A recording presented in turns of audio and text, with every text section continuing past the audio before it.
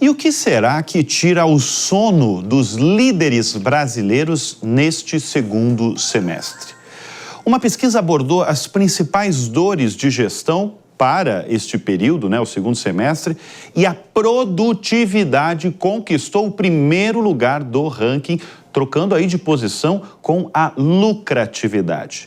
A pesquisa ouviu 387 recrutadores distribuídos pelo país e foi conduzida pela Robert Half, uma empresa fundada em 1948 e que recruta profissionais no Brasil. Nós vamos conversar agora com o diretor-geral da Robert Half, o Fernando Mantovani. Fernando, prazer conversar com vocês. Eu li a pesquisa conduzida pela empresa e são 8 as maiores preocupações dos entrevistados ouvidos aí por vocês. Eu queria que você falasse ao nosso público quais são essas 8 preocupações. Seja bem-vindo aqui no Business. Obrigado, Bruno. Obrigado pelo convite. Tá um prazer estar aqui com vocês novamente. Eu acho que, só contextualizando, Bruno, o que a gente tem visto ao redor do mundo, não só no Brasil, esse ano. Existe uma tendência das empresas em controlar gastos. A incerteza em relação à receita em muitos mercados tem feito com que as empresas não façam grandes investimentos, ou esses investimentos estão acontecendo, mas não de maneira uníssona. Grupos de empresas investem um pouco, outras seguram, aí esse grupo que estava investindo segura um pouco o investimento, outro grupo passa a investir, e muitos dos processos de contratação ou de investimento têm sido retardados justamente por essa insegurança. Essa mesma insegurança cria limitações. Então, o nível de contratação de profissionais, ele vem aumentando, mas num ritmo lento. Se a gente olhar, a taxa de desemprego para o profissional escolarizado no terceiro grau vem caindo gradativamente ao longo dos últimos trimestres. E isso faz com que talvez eu não contrate na medida que eu preciso. Então eu tenho que trabalhar produtividade, eu não tenho a quantidade de pessoas que eu preciso. E por fim, no mundo que não para de mudar, a tecnologia está presente no dia a dia e os investimentos em tecnologia, ou como a tecnologia pode transformar o meu negócio, fecha o pacote. Você sabe, falando e lendo aí as conclusões da pesquisa de vocês, e eu tive recentemente num grande evento, e a palavra produtividade, Fernando, foi repetida inúmeras vezes. Eu vou citar só um empresário que falou muitas vezes, que foi o Roberto Sallouti, CEO do BTG Pactual. Ele chegou a dizer que nós só vamos melhorar o Brasil como país se formos obcecados pela produtividade.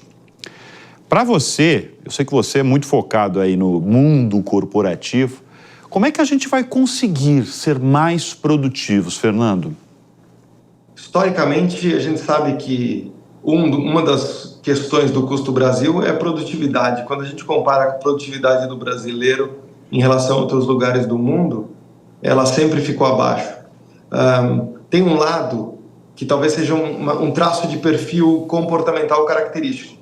O brasileiro desenvolve vínculos de amizade, vínculos pessoais no trabalho, mais do que em outras culturas isso acontece. Então tem sempre a hora do cafezinho, bater o papo sobre o resultado do jogo, ou o que está acontecendo agora na Olimpíada, e por aí vai. O cafezinho longo. Isso obviamente impacta a produtividade.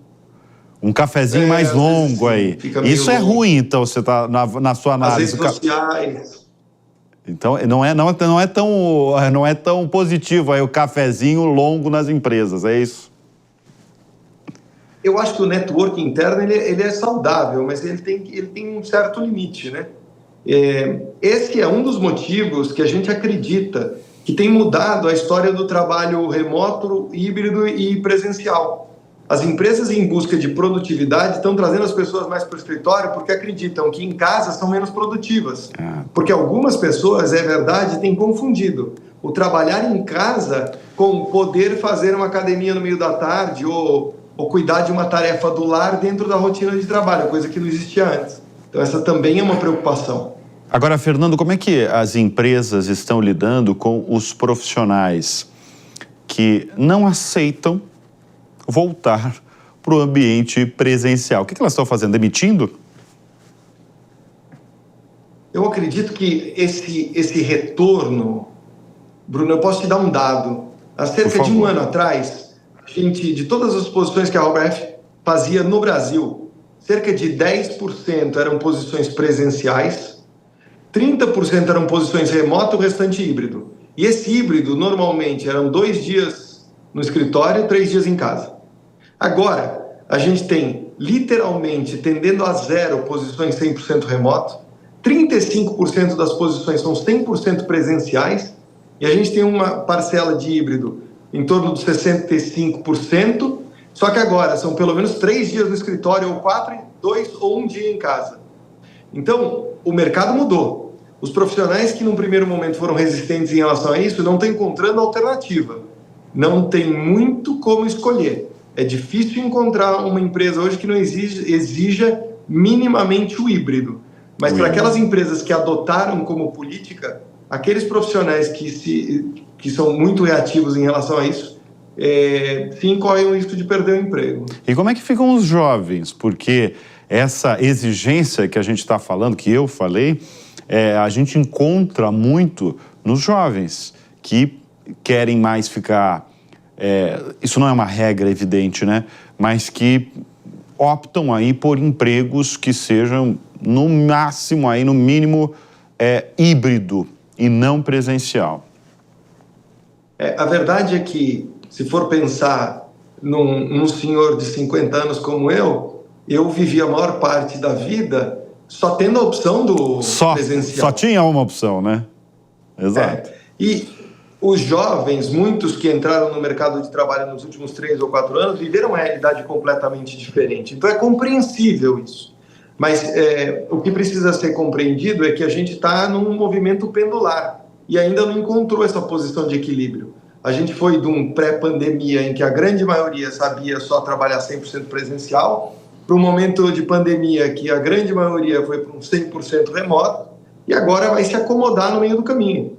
Sim, você pode ir em busca de algo que se acomode mais àquilo que a sua preferência, aquilo que você mais deseje, mas nem tudo sai como a gente quer. Esses jovens que experimentaram um trabalho 100% remoto, gradativamente acredito que vão ter que se acostumar com um trabalho mais híbrido e talvez com uma presença de 60% indo para o escritório, 40% trabalhando de casa, lembrando que também com isso vão experimentar coisas que só o trabalho presencial permite, que é o cafezinho, que é o contato com as pessoas, que é aprender ouvindo os outros falarem. Isso tudo faz diferença. E os jovens, eu acredito, também vão perceber isso e vão se adaptar, porque também é uma geração que se acostumou a se adaptar com o mundo em transformação. Então, vão se adaptar. Nós conversamos com Fernando Mantovani, diretor da Robert Half. Obrigado pela presença mais uma vez aqui no programa. Eu que agradeço. Prazer em falar com você de novo, Bruno.